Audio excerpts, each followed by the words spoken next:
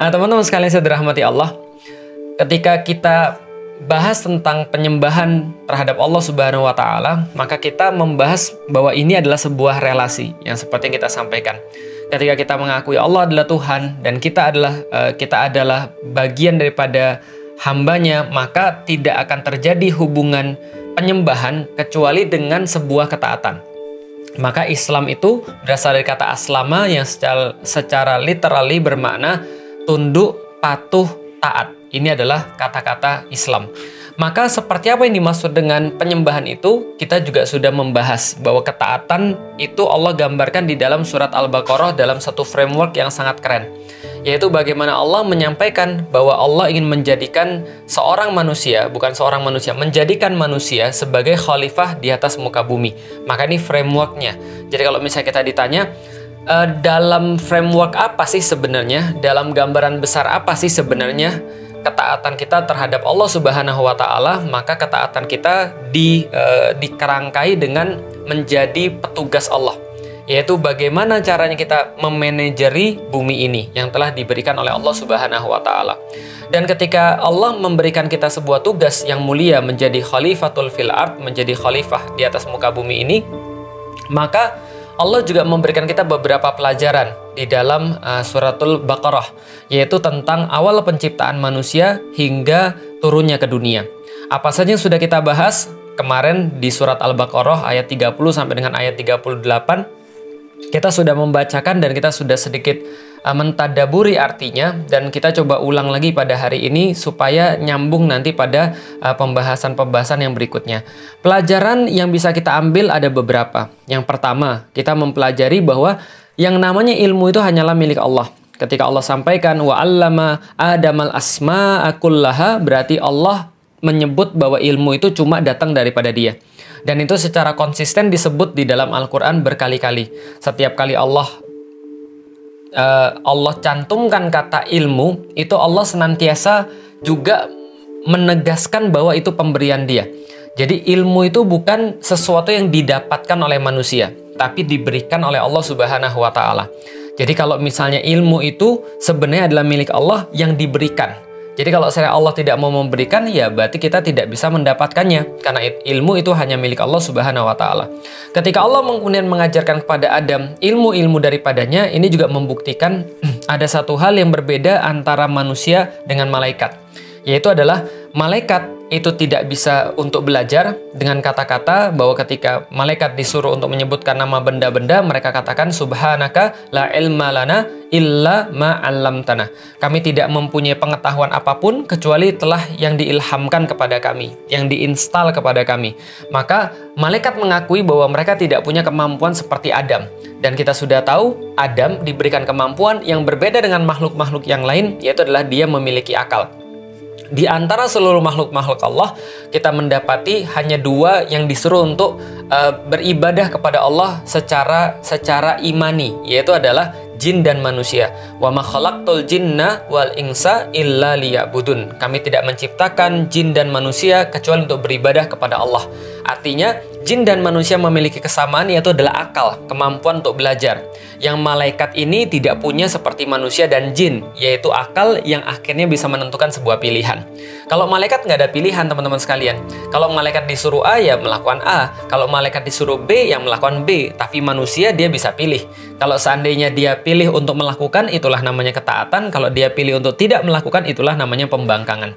Maka ketika di awal-awal itu kita sudah dikasih tahu, kenapa manusia yang dibebankan untuk menjadi pengurus bumi atau guardian of the earth atau khalifah fil ard tadi, karena mereka punya sesuatu yang tidak dimiliki oleh malaikat, yaitu kemampuan untuk belajar, kemampuan untuk memilih. Karena itulah sesempurna-sempurnanya manusia, sesempurna-sempurnanya ciptaan Allah adalah manusia. Dia lebih tinggi daripada malaikat kalau dia menggunakan akalnya, dan dia bisa jadi lebih rendah daripada hewan kalau dia tidak pakai akal. Maka Allah sampaikan di dalam Al-Quran, walaqad zara'na li jahannama katsiran minal jinni wal insi lahum qulubu la yafqahuna biha wa lahum a'yunun la yubsiruna biha wa lahum azanun la yasma'una biha ulaika kal an'am bal hum adall. Sesungguhnya telah masuk ke dalam neraka jahanam banyak daripada golongan jin dan manusia. Kenapa? Karena mereka dikasih oleh Allah akal, tapi mereka tidak pergunakan. Mereka dikasih oleh Allah mata, tapi mereka tidak gunakan untuk melihat ayat-ayat Allah. Dan mereka dikasih oleh Allah telinga, dan mereka tidak mau mendengarkan ayat-ayat Allah. Ulaika kal an'am, maka mereka itulah seperti binatang ternak. Balhum adol, bahkan lebih rendah. Karena kita sudah bahas kemarin-kemarin, begitu manusia meninggalkan akalnya, begitu manusia menafikan akalnya, atau rusak akalnya, maka menjadilah dia seperti hewan ternak, bahkan lebih rendah. Karena kalau dia sudah meninggalkan akal, mulai dia berlaku hal-hal yang aneh-aneh. Misal, kita sudah bahas ya, sekambing-kambingnya kambing itu, setahu saya nggak ada kambing yang LGBT.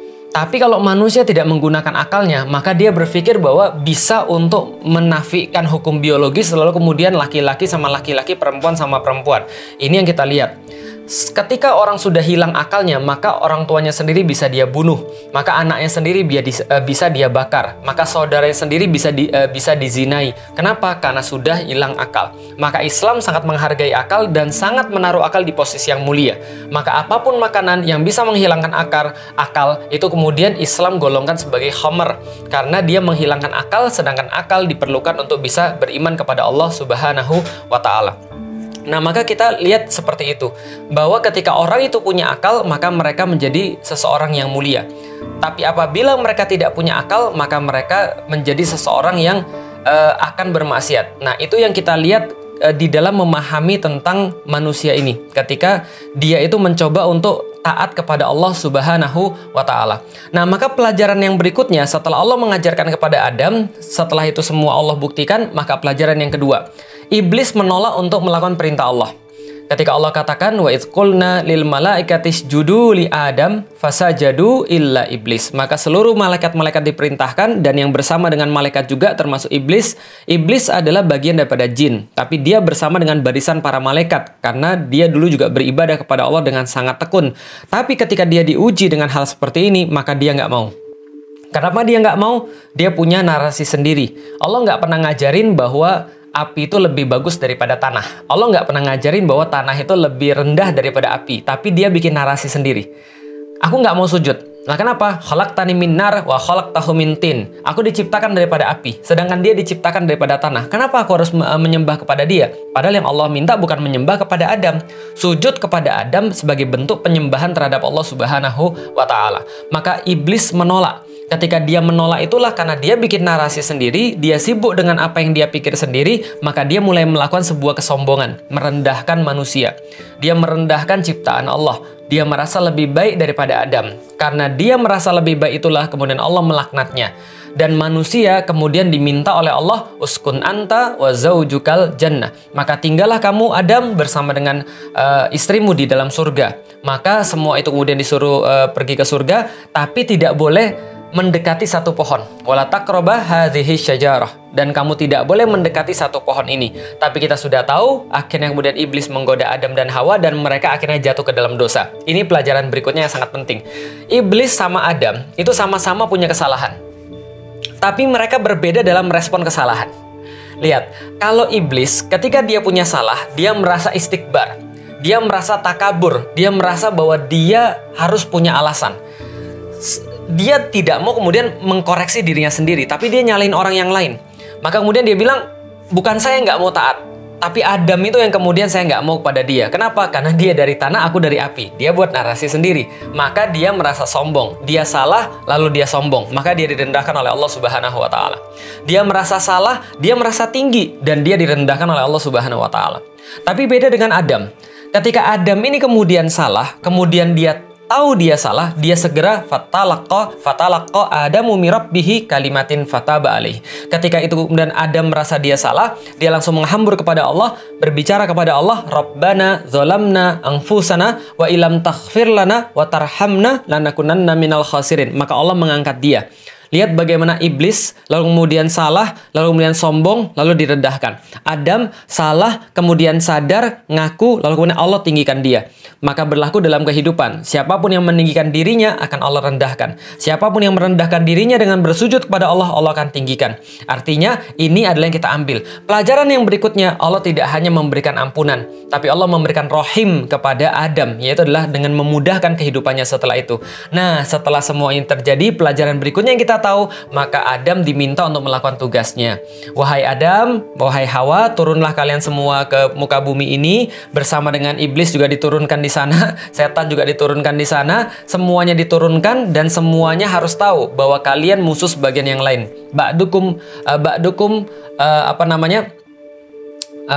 liba'din adu. Sesungguhnya kalian itu dengan sebagian yang lain, maksudnya adalah setan atau iblis, iblis dan bala tentaranya dengan manusia itu adalah saling berperang satu sama lain. Saling bukan saling sih. Bahwasanya iblis itu dan setan adalah barisan musuhnya manusia. Jadi adu mubin dalam ayat yang lain, musuh yang sangat nyata bagi kalian, maka jangan ikutin mereka. Kenapa? Karena mereka pasti akan menyengsarakan kalian, pasti akan menyulitkan kalian. Nah, setelah itu kemudian pelajarannya dikasih, maka manusia juga diberikan pelajaran yang paling ultimate di antara surat Al-Baqarah 30-38. Apa pelajaran ultimate-nya? Fa imma ya'tiyannakum minni huda faman tabi'a hudaya fala khaufun alaihim walahum yahzanun. Maka kalau kalian di dunia nanti, kalian nggak tahu harus berbuat apa, bagaimana cara mengurus bumi itu, bagaimana cara melaksanakan tugas penyembahan terhadap Allah Subhanahu wa Ta'ala, apa yang namanya taat, apa yang namanya membangkang, sudah saya kasih tahu. Setan tuh kemudian begini, kemudian sifatnya, jangan ikutin setan. Kalau begitu bagaimana sifat-sifat dan bagaimana perlakuan Anda sehingga Allah ridho dengan Anda, maka ini caranya. Fa imma ya'tiyannakum minni huda. Nanti akan datang petunjuk-petunjuk saya kepada engkau. Kalau misalnya kerja berarti SOP. Jadi kemarin sudah saya bilang, ketika seorang bos lalu mengutus karyawannya ke satu tempat untuk menjadi manajer di tempat itu untuk ekspansi misalnya perusahaannya, maka pasti manajer baru tuh nanya, "Bos, apa yang harus saya lakukan?" Maka bosnya bilang, "Kamu pergi aja dulu, nanti kalau sudah sampai sana saya kirim email. Email saya nanti akan berisi seluruh juklak dan juknis yang kamu perlukan untuk kamu bisa memimpin di sana. Juklak dan juknis saya itu lengkap, tidak ada celahnya dan semuanya ada di sana. Kalau kamu bingung, kamu boleh telepon saya." Jadi kira-kira gitulah. Nanti fa imma ya'tiyannakum minni huda faman tabi'a hudaya fala khaufun alaihim walahum yahzanun. Kalau kalian mengikuti petunjuk itu, kalau kalian mengikuti langkah-langkah yang aku sudah berikan kepada kalian, pastinya kalian tidak akan ada rasa sedih dan kalian tidak ada rasa takut. Kebalik, rasa takut dan tidak ada rasa sedih. Itu yang dijamin oleh Allah Subhanahu wa Ta'ala. Tapi Allah lanjutkan, walladzina kafaru wa kadzabu biayatina ulaika ashabun nari hum fiha khalidun. Dan kalau seandainya mereka tidak mau memakai ayat-ayat saya, tidak mau memakai aturan saya, maka saya janji pasti mereka akan merasakan seperti apa neraka, sebagai tempat kembali mereka bukan surga, sebagaimana sudah Allah jelaskan dalam ayat-ayat yang sebelumnya. Dalam surat Toha kita juga menjadi tahu, misal ketika Allah sampaikan tentang masalah ini, ada kata-kata yang sedikit diganti, ada lafaz yang diganti. Apa yang diganti? Fa imma ya'tiyannakum minni huda, sama dengan ketika sudah datang kepadamu petunjuk daripada kami, famanittaba'a hudaya, dan siapa yang mengikuti petunjuk-petunjuk kami, fala yadillu wala yashqa, maka dia tidak akan merasa tersesat, dia tidak akan pernah tersesat dan dia tidak akan pernah merasa sengsara atau susah. Ini yang dijamin oleh Allah di dalam Al-Quran ketika mengikuti perintah Allah ketika turun di dunia. Jadi Adam itu ketika turun di dunia sudah dikasih wanti-wanti oleh Allah. Apa wanti-wantinya? Kalian harus ikut aturan saya.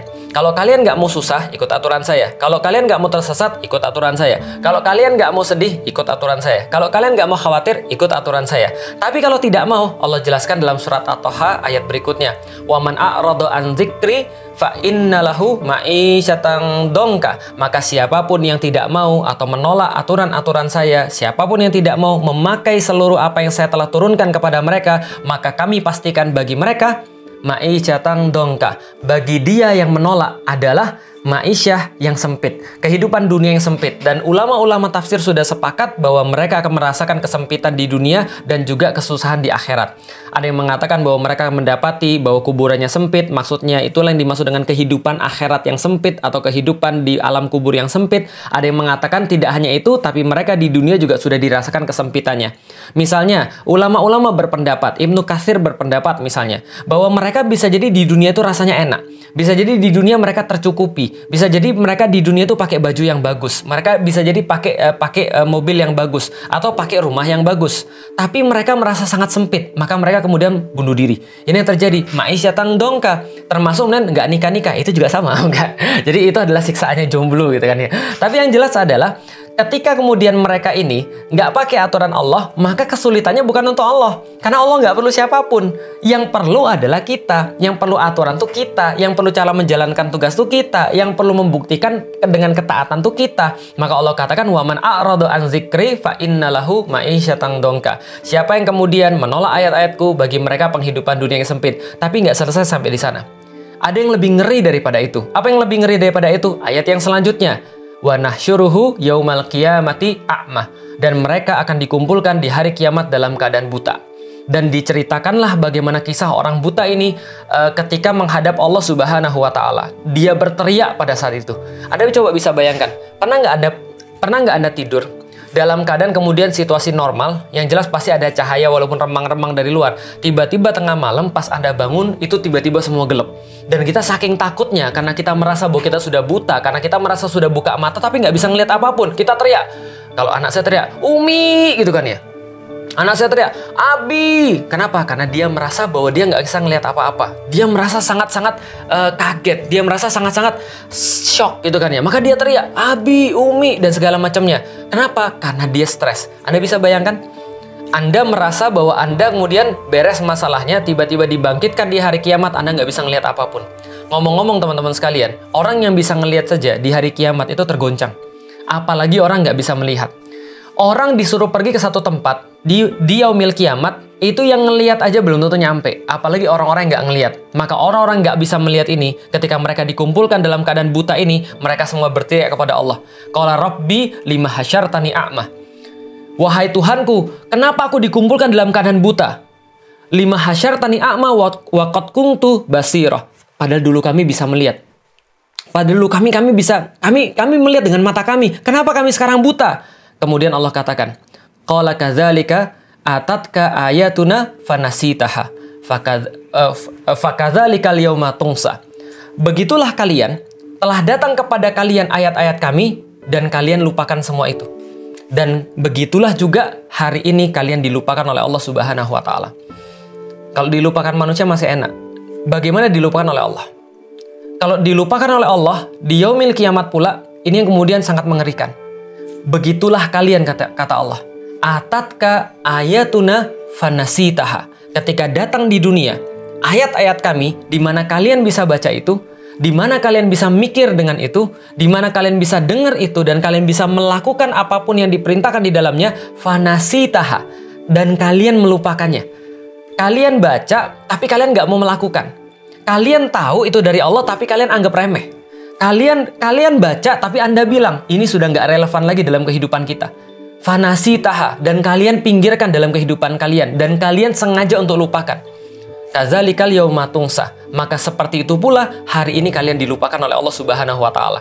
Orang yang melupakan Al-Qur'an di dunia, orang yang meremehkan Al-Qur'an, orang yang meninggalkan Al-Qur'an di dunia, itu ketika mereka berhadapan dengan Allah, mereka kelak akan dilupakan oleh Allah Subhanahu wa taala.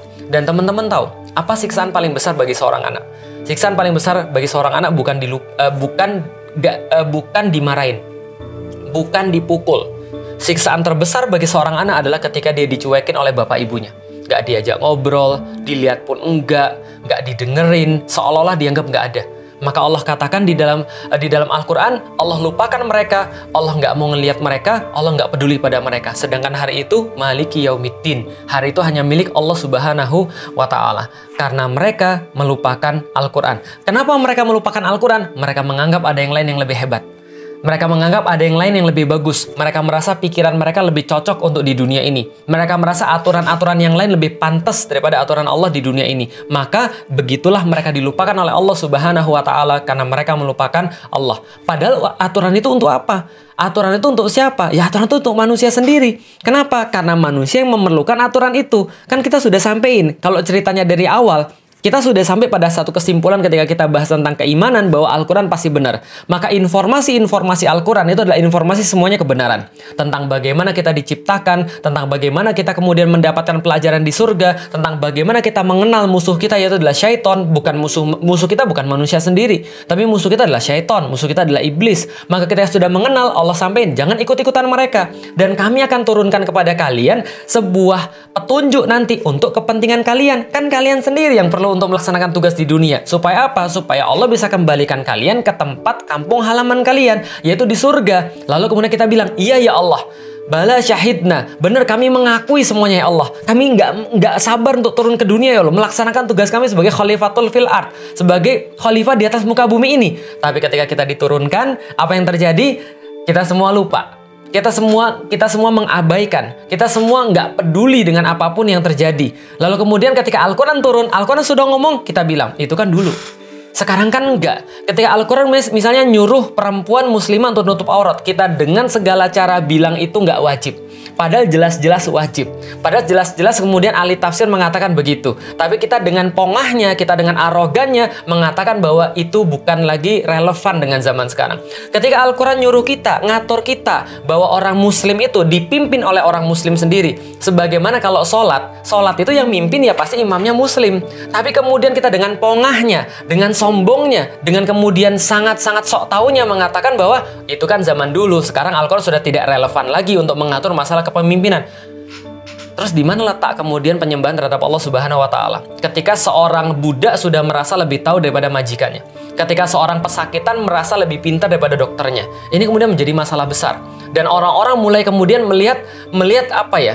Orang-orang mulai mempermasalahkan hal-hal yang kecil tapi kemudian meninggalkan permasalahan-permasalahan yang besar. Permasalahan-permasalahan yang besar itu apa? Meninggalkan hukum-hukum Allah. Permasalahan yang besar itu apa? Ketika Allah sudah menentukan halal dan haram, kita punya halal haram penggantinya. Itu yang kemudian masalah lebih besar lagi. Allah sudah jelas-jelas misalnya mengharamkan riba, tapi kita jadikan sebagai pilar ekonomi. Ini kan bermasalah besar. Allah sudah nyata-nyata misalnya memperbolehkan poligami. Ya walaupun saya termasuk orang yang doif gitu kan ya. Gayanya aja kalau foto begini-begini gitu kan ya. Gayanya aja foto begini. Ini maksudnya apa? Ya ini adalah harapan. Ini adalah realita gitu kan ya. Enggak, maksudnya gini. Walaupun kemudian kita sudah tahu poligami itu penting, poligami itu boleh, tapi dicela. Tapi kemudian seolah-olah dianggap lebih buruk daripada zina. Buktinya apa? Orang-orang yang zina kemudian kita jadikan artis, orang-orang yang poligami kita kemudian rendahkan, kita hinakan seolah-olah itu adalah dosa besar. Ini permasalahan besar, Pak.